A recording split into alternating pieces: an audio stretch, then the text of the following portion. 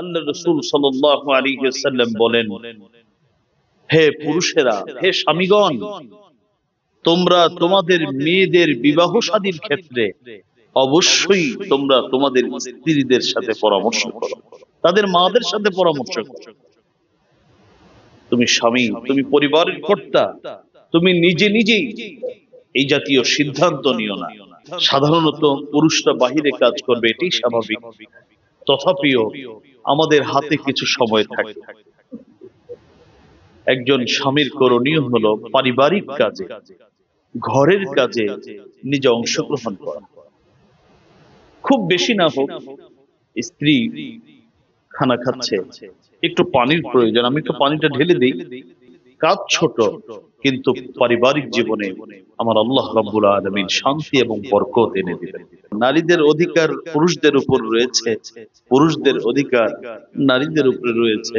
শুধু মা বোনরাই একেবারে একদিকে সে রান্না বান্না করবে, ঘরের অন্যান্য কাজ করবে, নিজে পরিপাটি হয়ে থাকবে, আর আমি ঘরে যখন যাব যে কোন যেমনি মন চায় এমনি থাকবো, আর বের হওয়ার সময় আতর গোলাপ সব মেরে সুন্দর সুন্দর কাপড় পরে এরপরে বের হব।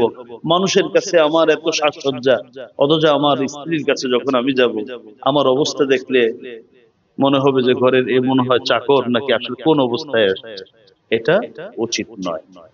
স্ত্রীদের জন্য স্বামী একটা বড় করণীয় হলো সব সময় তাদের জন্য দোয়া করা। এটা সব সময়, বিশেষ করে যদি স্ত্রী ইন্তিকাল করে।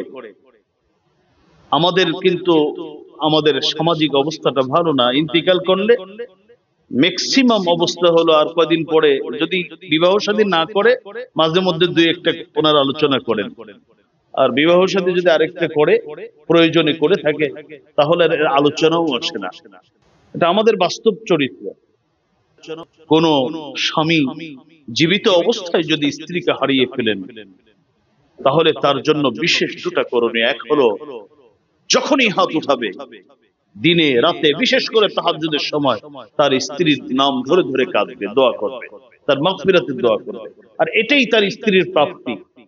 মুহতারাম হাজিরিন, আমাদের আলোচ্য বিষয় ছিল, যে বিষয়ে আমরা আলোচনা করছিলাম, সেটা হলো দাম্পত্য জীবন, পারিবারিক জীবনে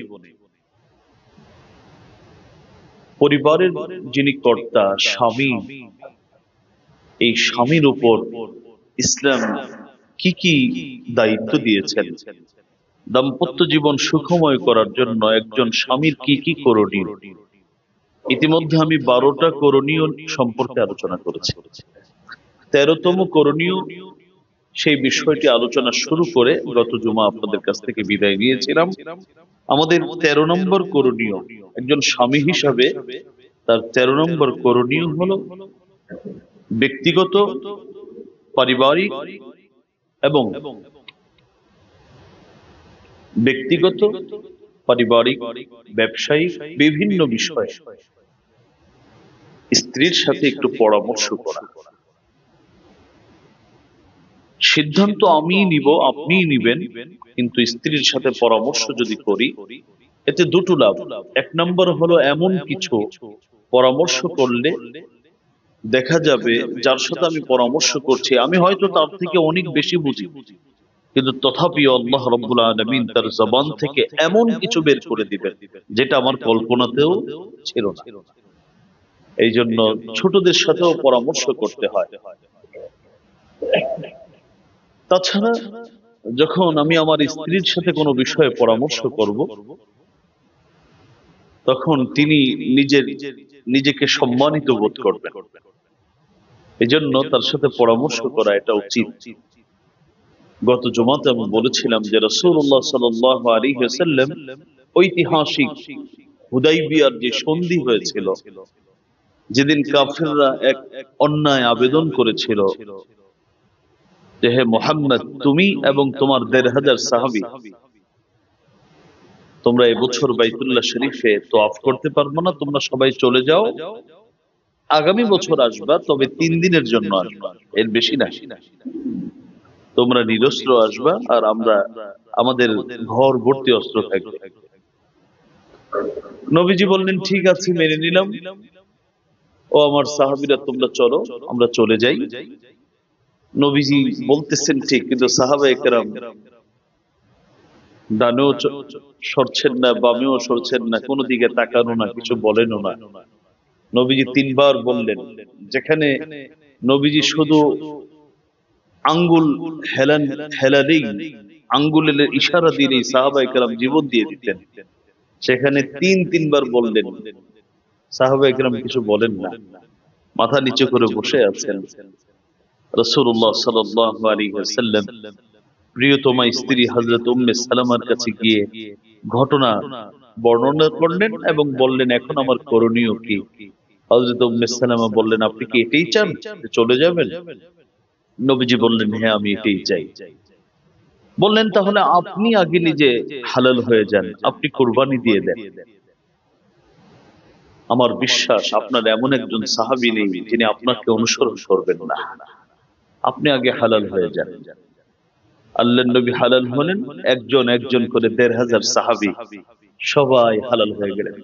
চোখের পানি টপকে পড়ছিল, কিন্তু নবীর অনুসরণ থেকে তারা এক মুহূর্তের জন্য কি করেননি, পরে আর বিলম্ব করেননি। নবীজি তার প্রিয়তমা স্ত্রী, যিনি রহমাতুল লিল আলামিন, যিনি সাহিবুল কাউসার, যিনি সাহিবুশ শাফাআহ, যিনি কোরআন, পৃথিবীর সকল জ্ঞানের আধার কোরআন, যেই নবীকে আল্লাহ দান করলেন, সেই নবী একজন সাধারণ গৃহিণী তার প্রিয়তমা স্ত্রীর সাথে পরামর্শ করলেন এবং একটা বড় ধরনের সমস্যার সমাধান আল্লাহ রাব্বুল আলামিন ওই পরামর্শের মাধ্যমে দিয়ে দিলেন। আমি এ সম্পর্কে গত জুমাতে আলোচনা করেছি, বুখারী শরীফের হাদিস। সাহাবায়ে কেরাম স্ত্রীদের সাথে পরামর্শ করতেন।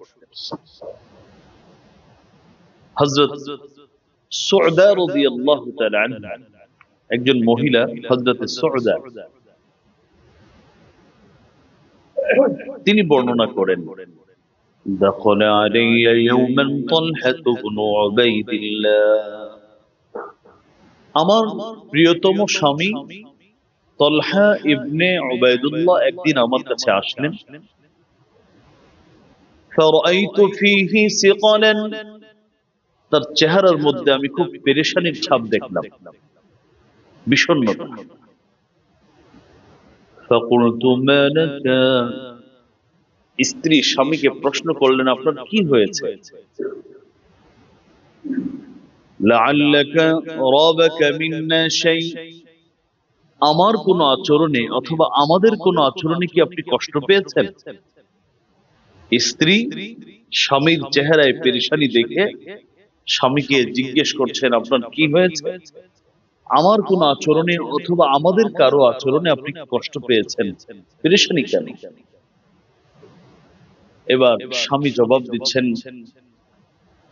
وَلَنِعْمَ حَلِيلَةِ الْمَرْءِ الْمُسْلِمِ أَنْتِ, হে প্রিয়তমা স্ত্রী, তুমি কি বলছো? একজন মুসলিম রমণীর যত গুণ থাকতে পারে, তোমার মধ্যে তো এই গুণের কোনো শেষ নেই। তুমি তো একজন ভালো স্ত্রী, তোমার আচরণে আমি কষ্ট পাবো কেমন করে? তোমার আচরণে কষ্ট পাইনি। وَمَا يَغُمُّكَ مِنْهُ, তাহলে কোন জিনিস আপনাকে এত পেরেশানগ্রস্ত করেছে, কি কারণে? এবার স্বামী হযরত তালহা ইবনে উবাইদুল্লাহ বলছেন, ولكن اجتمع عندي مال ولا أدري كيف أصنع به. দেখেন সাহাবায়ে কেরাম আর আমাদের মাঝে ব্যবধান একটু বোঝেন। তিনি বললেন, সুউদা স্ত্রীকে তালহা ইবনে উবাইদুল্লাহ স্বামী বলছেন, দেখো আল্লাহ রাব্বুল আলামিন আমাকে অনেক সম্পদ দিয়েছে, সম্পদ উপার্জন করেছি, কাজ করেছি, আল্লাহ দিয়েছেন, এতে তো কোনো সমস্যা নেই। তবে আমার কাছে এত সম্পদ রেখে আমি মৃত্যুবরণ করব, এটা নিয়ে খুব পেরেশান যে এই টাকাটার পরবর্তী কি অবস্থা হবে, যারা ব্যবহার করবে, তাদের জ্ঞান, তাদের বিবেচনা, তাদের আল্লাহ ভীতি। আমি তো সারা জীবন উপার্জনই করলাম, এটা করব কি? ওয়ালা আদরি কাইফা আসনাউ বিহি, আমার জানা নাই আমি এত সম্পদ কি করব। এটা হলো তার পেরেশানির কারণ। আমাদের পেরেশানির কারণ হলো আরো অনেক সম্পদ দরকার, এতে মানুষ বেঁচে থাকুক মরে যাক, এটা বৈধ হোক আর অবৈধ হোক, এখানে আমার আল্লাহ রাসূলের অনুমতি থাকুক আর না থাকুক আমার লাগবে। আর ওই সাহাবী অর্থ জমা করে পেরেশানগ্রস্ত হয়েছে। স্ত্রী বললেন, আপনি টেনশন কেন করছেন? উদউ কওমাক, আপনার স্বজাতি, আপনার আত্মীয় হোক অথবা আপনার এই মুসলিম জাতির মধ্যে যারা একটু গরিব আছে ওই মানুষগুলোকে আপনি ডাকুন। ফাকসিমহু বাইনাহুম, আপনার সমুদয় সম্পদ, শুধু প্রয়োজনীয় সম্পদটুকু রেখে সব আপনি তাদের মাঝে বন্টন করে দেন। তাও স্বামী আপনার পেরেশানি, আপনার আখিরাত নিয়ে আপনি বিচলিত থাকবেন, পেরেশানগ্রস্ত থাকবেন, এটা আমি মেনে নিতে পারি। হযরত তালহা ইবনে উবাইদুল্লাহ সঙ্গে সঙ্গে তার গোলাম, তার খাদিমকে বললেন, ইয়া গোলাম আলাইয়া কওমি, আমার সম্প্রদায়ের অমুক অমুককে ডাকো। তাদেরকে ডাকা হলো। তিনি তার জমাকৃত এই সম্পদগুলো একজন একজনকে সাদকা করলেন। তালহা ইবনে উবাইদুল্লাহ, তার নাতি নামও তালহা, তার নাম হলো তালহা ইবনে ইয়াহইয়া। এই তালহা যিনি বন্টন করছিলেন, খাজিন, কেয়ারটেকার, তাকে প্রশ্ন করলেন, কাম কসামা, আচ্ছা আজকে দাদাজান কি পরিমাণ বন্টন করলেন? পরিমাণ জানা আছে? তিনি বললেন, 4,00,000 দিরহাম আজকে এক বসায় তোমার দাদা আল্লাহর জন্য সদকা করে দিয়েছে। 4,00,000 দিরহাম সেই আমলে, কথা বুঝতে পেরেছেন? 1,500 বছর আগে এক বসায়। এবার পেরেশান মুক্ত। তবরানী এবং সহিহ তারগীব তারহিবের হাদিস, এই হাদিসের মধ্যে সাহাবী তার প্রিয়তমা স্ত্রীর সাথে পরামর্শ করলেন, আমার সমুদয় সম্পদ কি করব? আর স্ত্রীও বুঝতে পারছেন, স্ত্রী যার সাথে পরামর্শ করবে তার মধ্যে কিছু গুণ থাকা দরকার। উনি সঙ্গে সঙ্গে এমন একটা পরামর্শ দিলেন যে পরামর্শের মধ্যে স্বামী এবং স্ত্রী উভয়ের কল্যাণ রয়েছে। সাদাকার পরামর্শ দিলেন এবং এর মাধ্যমে তাদের সাময়িক যে পেরেশানি, এই পেরেশানি আল্লাহ রাব্বুল আলামিন দূর করে দিলেন। 3 নম্বর হাদিস হযরতে আব্দুল্লাহ ইবনে ওমর থেকে বর্ণিত, আন ইবনে ওমর রাদিয়াল্লাহু তাআলা আনহুমা قال قال النبي صلى الله عليه وسلم آمر النساء في بناتهن رواه أبو داود। হযরত আব্দুল্লাহ ইবনে ওমর থেকে বর্ণিত, আল্লাহর রাসূল সাল্লাল্লাহু আলাইহি ওয়াসাল্লাম বলেন, হে পুরুষেরা, হে স্বামীগণ, তোমরা তোমাদের মেয়েদের বিবাহ শাদীর ক্ষেত্রে অবশ্যই তোমরা তোমাদের স্ত্রীদের সাথে পরামর্শ করো, তাদের মাদের সাথে পরামর্শ করো। তুমি স্বামী, তুমি পরিবারের কর্তা, তুমি নিজে নিজেই এই জাতীয় সিদ্ধান্ত নিও না। পরিষ্কার করে অন্য পরামর্শ তো নবীজি করেছেন, বিশেষ করে মেয়েদের বিবাহ শাদীর ক্ষেত্রে মেয়েদের মা যারা, তাদের সাথে পরামর্শ করতে প্রত্যেক স্বামী, প্রত্যেক বাবাকে আল্লাহ রাব্বুল আলামিন রাসূলের মাধ্যমে নির্দেশনা দিয়েছেন। আবু দাউদ শরীফের হাদিস। সুতরাং বিশেষ করে মেয়েদের বিবাহের ক্ষেত্রে মাদের পরামর্শ নেওয়া, এটা নবীজির সুন্নাহ। 4 নম্বর আরেকটা হাদিস আপনাদেরকে বলি। আজকে বিষয়টি আলোচনা, এই বিষয়টা স্বামীর দায়িত্বগুলো আজকে শেষ করব, যাতে করে আগামী জুমা অন্য বিষয় আলোচনা করতে পারি, স্ত্রীর দায়িত্বগুলো নিয়ে কথা বলতে পারি। এই জন্য সংক্ষেপেই বলতে হবে। হযরত আনাস রাদিয়াল্লাহু তাআলা থেকে বর্ণিত, মুসনাদ আহমদের হাদিস, বড় শিক্ষণীয় একটি হাদিস। خطب النبي صلى الله عليه وسلم جليبيبا امرأة من الأنصار إلى أبيها নবীজি নবীর এক সাহাবী ছিলেন, নাম ছিল তার জুলাইবিব। হাদিসের ব্যাখ্যায় জুলাইবিবের সম্পর্কে যতটুকু জানা যায় যে জুলাইবিব নবীর এমন এক সাহাবী যিনি উচ্চতায় অত্যন্ত খাটো ছিলেন, খাটো, খুবই খাটো ছিলেন।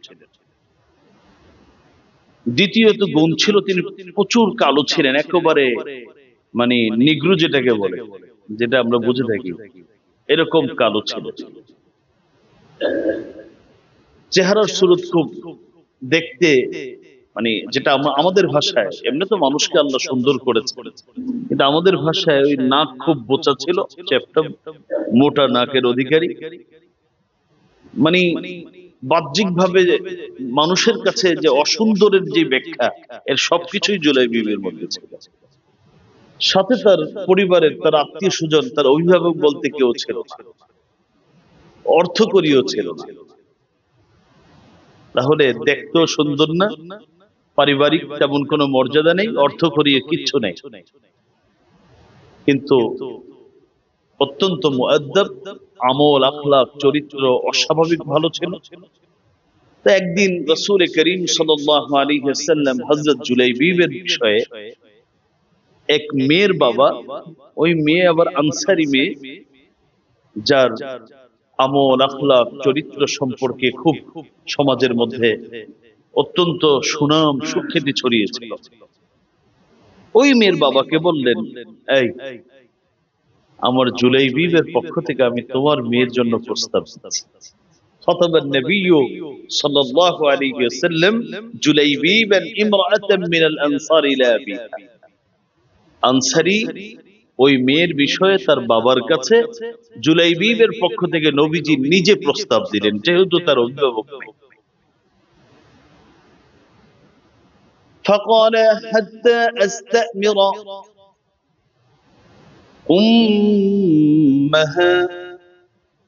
সাহাবী বললেন, ইয়া রাসূলুল্লাহ, আপনি প্রস্তাব দিয়েছেন, আমি এখন হানা বলবো না, বরং আমি আমার স্ত্রীর সাথে, যে মেয়ের বিষয়ে আপনি প্রস্তাব দিয়েছেন, আমি আগে তার মার সাথে পরামর্শ করব, মা কি বলেন আমি মার পরামর্শটা শুনে এরপরে আমি আমাদের খেয়াল পেশ করব।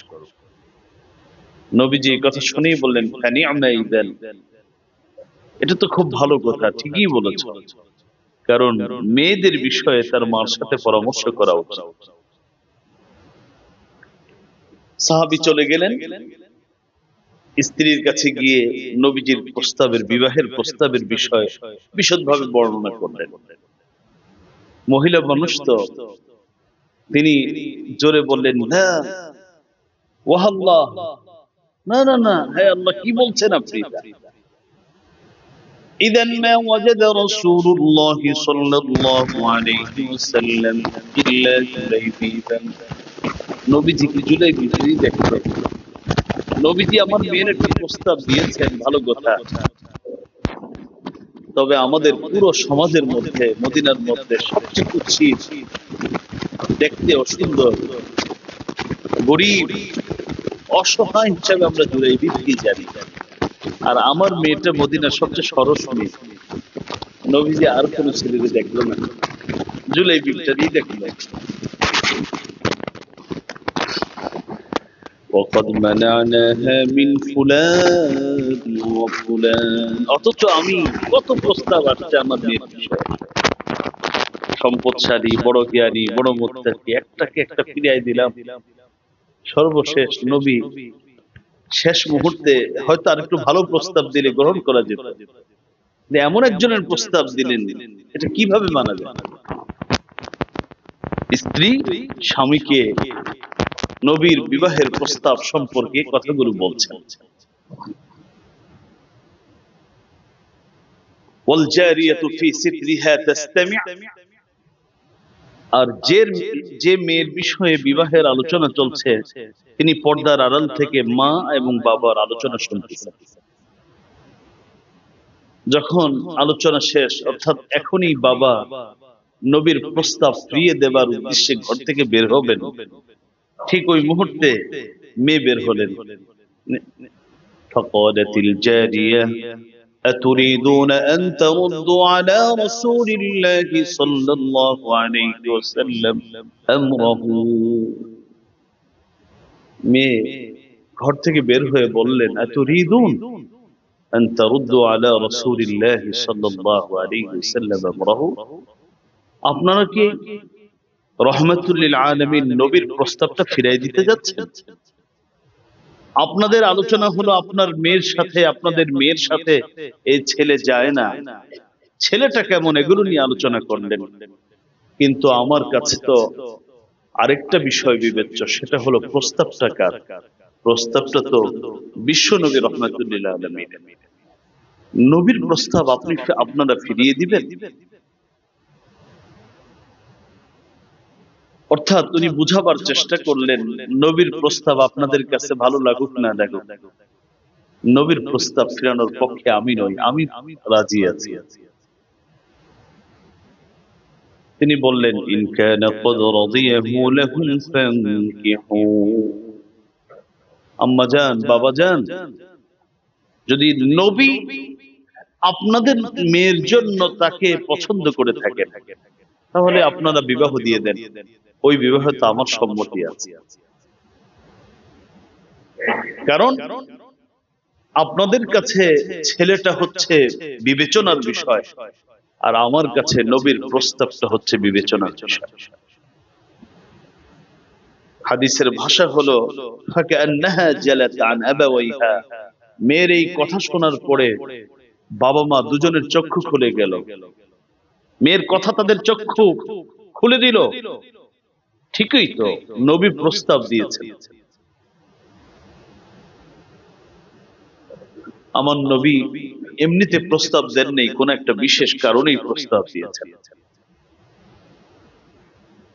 এবার মা বাবা দুজনেই বললেন, মেয়ে যেহেতু রাজি আছে, ঠিক আছে, আপনি চলে যান, গিয়ে আল্লাহর রাসূলকে বলেন, নবী যদি আমাদের মেয়ের জন্য তাকে পছন্দ করে থাকেন, তাহলে আমাদের দ্বিমত নাই। বাবা গিয়ে বললেন যে আপনার পছন্দ হলে আমরা রাজি।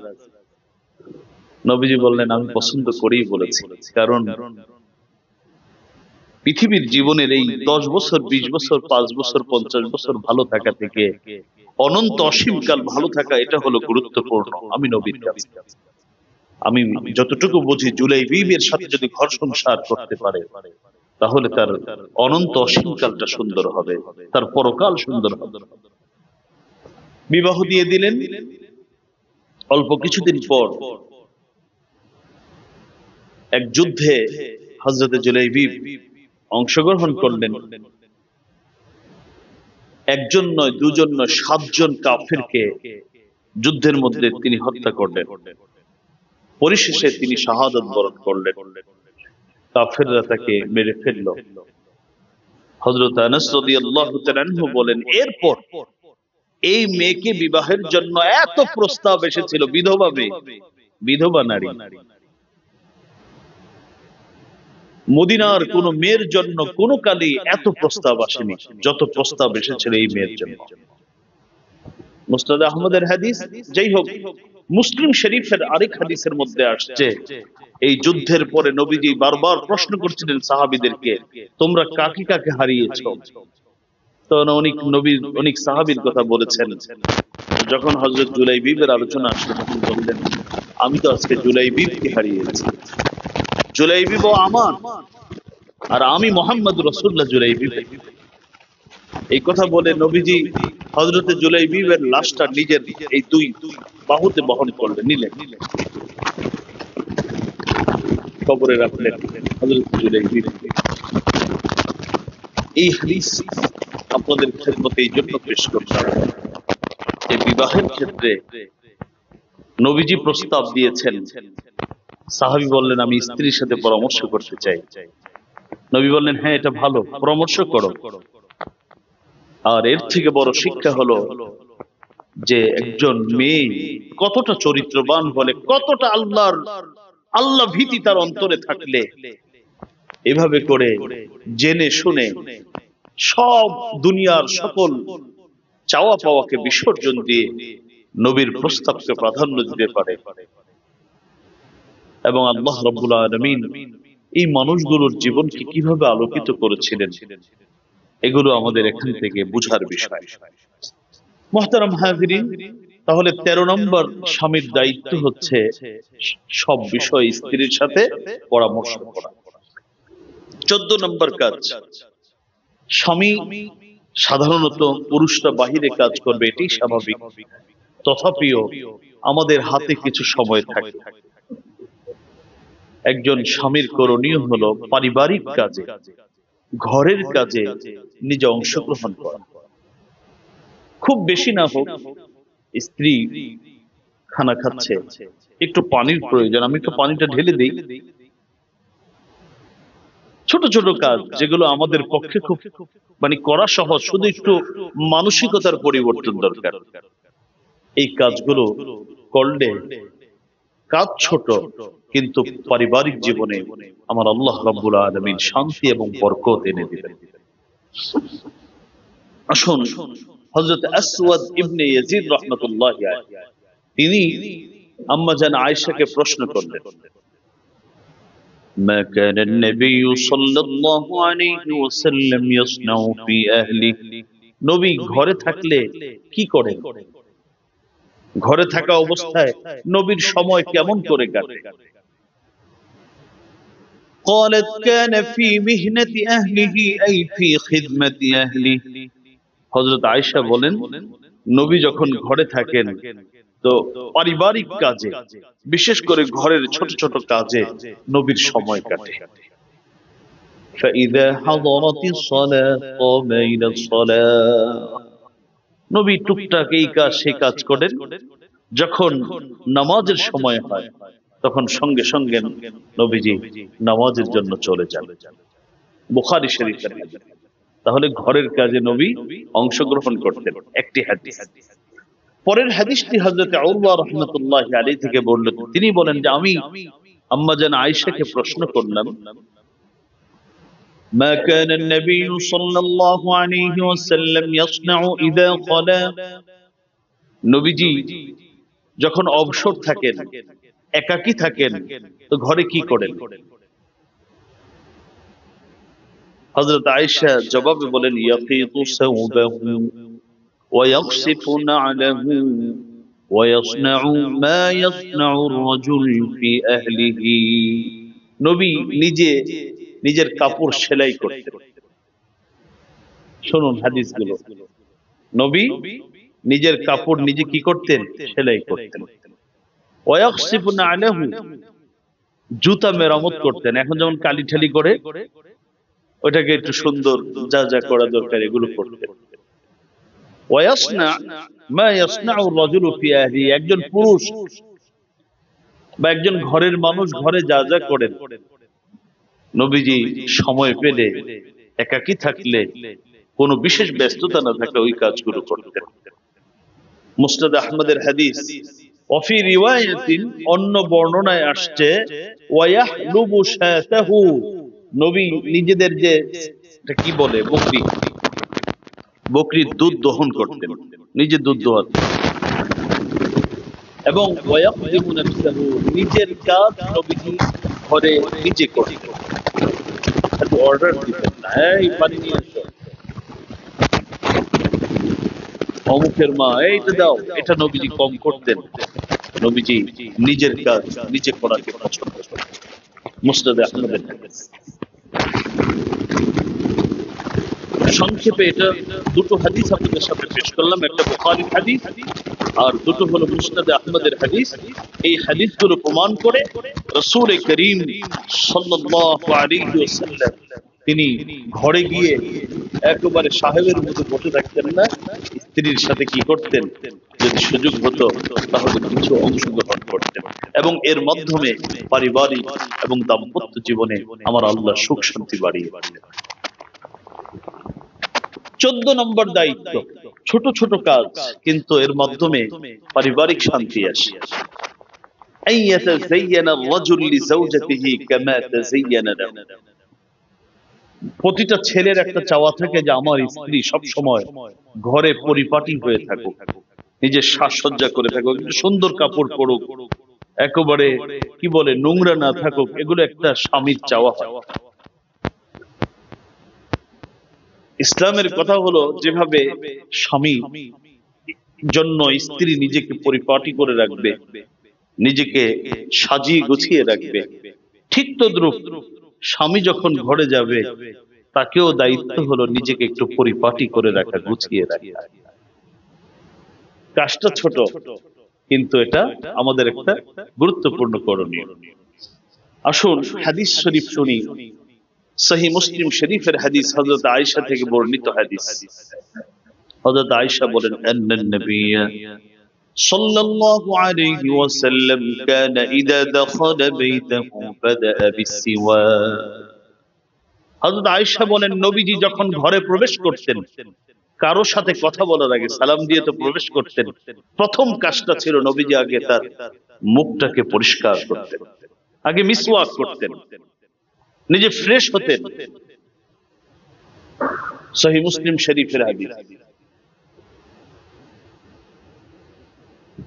অন্য বিভিন্ন রিওয়ায়াতে আসছে যে নবীজি ঘরে যখন থাকতেন খুব চুল আঁচড়িয়ে রাখতেন। হ্যাঁ, আতর ব্যবহার করা তো নবীজির এটা আদত ছিল। নবীজি যেদিক দিয়ে যেতেন, যার ঘাম থেকে মেশক আম্বরের থেকে বেশি সুন্দর ঘ্রাণ, উনি আবার আতর পছন্দ করতেন, আতর ব্যবহার করতেন। নবীজি নিজেকে এভাবে গুছিয়ে রাখতেন। আসুন হাদিস সাহাবায়ে কেরাম কি করতেন। قال ابن عباس رضي الله تعالى عنهما إني لأحب أن أتزين للمرأة كما أحب أن تتزين لي। হযরত আব্দুল্লাহ ইবনে আব্বাস বলতেন, আমার স্ত্রী আমার জন্য সেজে গুজে থাকুক, পরিপাটি থাকুক, এটা যেভাবে আমি চাই, আমি পছন্দ করি, ঠিক তদ্রুপ আমার স্ত্রীও তো চায় যে আমি তার জন্য একটু পরিপাটি হয়ে থাকি, নিজেকে একটু সাজিয়ে গুছিয়ে রাখি। কারণ আল্লাহ তাআলা কোরআনে কারীমের সূরাতুল বাকারার 228 নম্বর আয়াতে বলেছেন, ওয়ালাহুন্না মিসলুল্লাযী আলাইহিন্না বিল মারুফ। নারীদের জন্য রয়েছে তেমনই অধিকার যেমনটা তাদের উপর রয়েছে পুরুষদের, এবং নারীদের অধিকার পুরুষদের উপর রয়েছে, পুরুষদের অধিকার নারীদের উপরে রয়েছে। শুধু মা বোনরাই একেবারে একদিকে সে রান্না বান্না করবে, ঘরের অন্যান্য কাজ করবে, নিজে পরিপাটি হয়ে থাকবে, আর আমি ঘরে যখন যাব যে কোন যেমনি মন চায় এমনি থাকবো, আর বের হওয়ার সময় আতর গোলাপ সব মেরে সুন্দর সুন্দর কাপড় পরে এরপরে বের হব। মানুষের কাছে আমার এত সাজসজ্জা, অথচ আমার স্ত্রীর কাছে যখন আমি যাব, আমার অবস্থা দেখলে মনে হবে যে ঘরের এ মনে হয় চাকর, নাকি আসলে কোন অবস্থায় আসছে। এটা উচিত নয়। তাফসীরে তবারির মধ্যে এই কথাগুলো আপনারা পাবেন।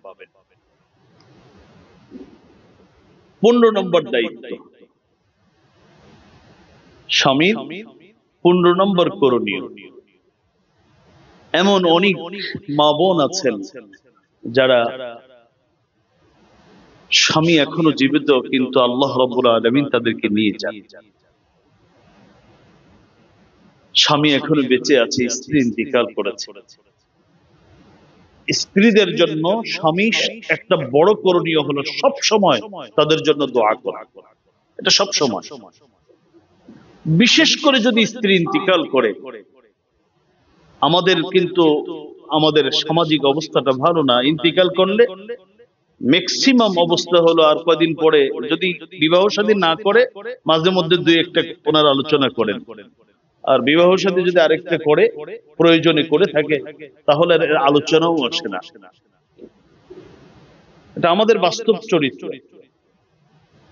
কিন্তু ইসলাম বলে ভিন্ন কথা। কোন স্বামী জীবিত অবস্থায় যদি স্ত্রীকে হারিয়ে ফেলেন, তাহলে তার জন্য বিশেষ দুটা করণীয়। এক হলো, যখনই হাত উঠাবে দিনে রাতে, বিশেষ করে তাহাজ্জুদের সময়, তার স্ত্রীর নাম ধরে ধরে কাঁদবে, দোয়া করবে, তার মাগফিরাতের দোয়া করবে, আর এটাই তার স্ত্রীর প্রাপ্তি। পৃথিবীর সারা স্কলারদের জীবনী পাওয়া যায় যে তারা তাদের প্রিয়তমা স্ত্রী যাদেরকে হারিয়েছেন এদের জন্য চোখের পানি ঝরিয়ে ঝরে রাতে জোরে জোরে কান্না করতেন, আল্লাহ তুমি আমার অমুককে তুমি পরকালে ভালো রাখো, শান্তিতে রাখো, এভাবে দোয়া করতেন। এটা হলো একটা করণীয়। আরেকটা হলো তার প্রিয়তমা স্ত্রীর যদি বোন অথবা কোনো বান্ধবী এরকম কাছের লোকজন থাকে, স্বামী তার পুরোটা জীবন বেঁচে থাকা অবস্থায় তাদের খোঁজ খবর নেওয়া এবং তাদের জন্য স্ত্রী থাকলে স্ত্রীর জন্য যা করতেন প্রায় এগুলোর কম বেশি করে তাদের জন্য করা। নবীজির হাদিস থেকে আপনারা পাবেন, আমি দুই তিনটা হাদিস আপনাদের খেদমতে পেশ করি। প্রথম হাদিস হযরত আনাস রাদিয়াল্লাহু তাআলা। আচ্ছা, আপনাদের অবশ্যই জানা আছে যে নবীজি জীবিত থাকা অবস্থায় একজন তার প্রিয়তমা স্ত্রীকে হারিয়েছিলেন, আম্মা জান খাদিজাতুল কুবরা রাদিয়াল্লাহু তাআলা, যেই মহিলার ইসলামের জন্য এত কুরবানি, সুবহানাল্লাহি ওয়া বিহামদিহি। নবীজি বলতেন যে আমি সবার ঋণ পরিশোধ করতে পারবো, আমি আমার খাদিজার ঋণ পরিশোধ করতে পারবো। এই হলো আম্মা জান খাদিজাতুল কুবরা রাদিয়াল্লাহু তাআলা। হযরত খাদিজাতুল কুবরা রাদিয়াল্লাহু তাআলা আনহা সম্পর্কে হাদিসে আসছে, হযরত আনাস রাদিয়াল্লাহু তাআলা আনহু থেকে বর্ণিত, তিনি বলেন কানা নবী সাল্লাল্লাহু আলাইহি ওয়াসাল্লাম ইযা উতিয়া বিশাই, হযরত আনাস বলেন নবীর কাছে যদি কোনো ভালো কিছু উপহার আসতো, ইয়াকুলু ইযহাবু বিহি ইলা ফুলানা, নবীজি তখন বলতেন এই এই ভালো জিনিসটা, আমার এই পছন্দের জিনিসটা অমুক মহিলার কাছে নিয়ে যাও। ফাইন্নাহা কানাত সাদিকাতা খাদিজা, কেননা ওই ভদ্র মহিলা আমার প্রিয়তমা মরহুমা স্ত্রী খাদিজার বান্ধবী, খুব কাছের মানুষ, তার জন্য নিয়ে যাও। ইযহাবু বিহি ইলা বাইতি ফুলানা فإنها كانت تحب خديجة, বলতেন এই খাবারটা অমুক বাড়িতে নিয়ে যাও, কারণ ওই বাড়ির একজন ভদ্র মহিলা আছে যিনি আমার প্রিয়তমা স্ত্রী খাদিজাকে তার জীবদ্দশায় খুব ভালোবাসতেন, আমার খাদিজার কাছে খুব আসা যাওয়া করতেন, তাকে পছন্দ করতেন, এই জন্য আমার এই দামি উপহারটা আমার সেই মরহুমা স্ত্রীর কাছে একটু নিয়ে যাও। ইমামে বুখারীর ঐতিহাসিক কিতাব আল আদাবুল মুফরাদের মধ্যে হাদিসটা এসেছে। হযরত আয়েশা থেকে বর্ণিত আরেক হাদিস, হযরত আয়েশা বলেন মা গিরতু আহাদাম মিন আজওয়াজিন নবী সাল্লাল্লাহু আলাইহি ওয়াসাল্লাম মা গিরতু আলা খাদিজা, হযরত আয়েশা বলেন আমি নবীর স্ত্রীদের মধ্য থেকে কারো সাথে আমি এত ঈর্ষা করতাম না হযরত খাদিজার বিষয়ে, হযরত খাদিজাকে নিয়ে আমি যত ঈর্ষা করতাম। কারণ অথচ অন্যরা তো আমার সমসাময়িক, আর খাদিজা তো আমার বিবাহের আগেই তার ইন্তেকাল হয়ে গেছে, আমি তাকে নিয়ে খুব ঈর্ষা করতাম। কারণ নবীজির মুখে খাদিজার কথা এত শুনতাম, খেতে বসলে খাদিজার কথা, যখন গল্প করতে বসতেন খাদিজার কথা, নামাজ শেষে খাদিজার কথা, রাতে গভীর রাতে আমি উঠতাম তো দেখতাম যে আমার নবী তার প্রিয়তমা মরহুমা স্ত্রী খাদিজার নাম ধরে ধরে দোয়া করতেছেন।